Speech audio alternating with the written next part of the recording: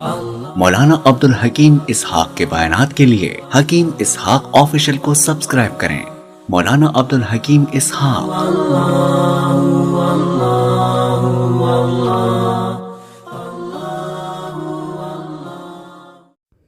بسم اللہ الرحمن الرحیم نحمده ونصلی ونسلم علی رسولہ الکریم اما بعد اعوذ باللہ من الشیطان الرجیم بسم اللہ الرحمن الرحیم۔ یہ عمل جو آپ حضرات کے سامنے پیش کر رہا ہوں، یہ حضرت مولانا اشرف علی تھانوی نور اللہ مرکزہ کا بتایا ہوا وظیفہ ہے۔ بہت ہی مجرب وظیفہ ہے، آزمودہ وظیفہ ہے۔ جو اپنی اولاد کے بارے میں پریشان ہیں کہ اولاد تو ہیں لیکن نیک صالح نہیں،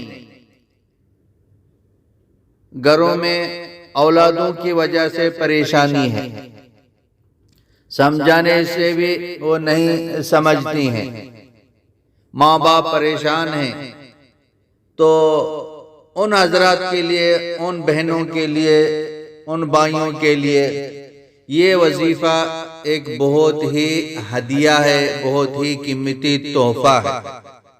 وہ اس پر عمل کریں، انشاءاللہ تعالی اولاد نیک صالح بن جاتی ہے۔ وہ ایک آیات ہے، یہ آیات کو آپ پڑھیں۔ آیات کیا ہے؟ ربی اصلح لی فی ذریتی انی تبت الیک و انی من المسلمین۔ یہ آیات ہے۔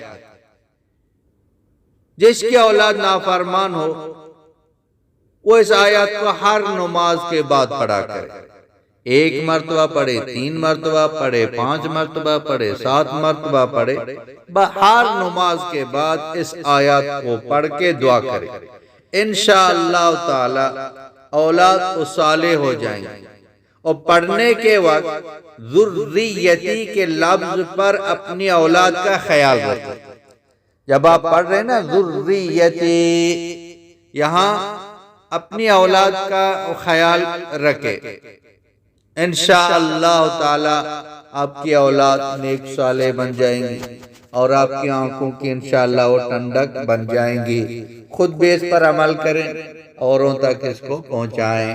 وآخر دعوانا ان الحمدللہ رب العالمین۔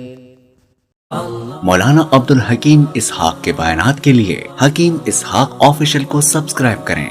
مولانا عبدالحکیم اسحاق۔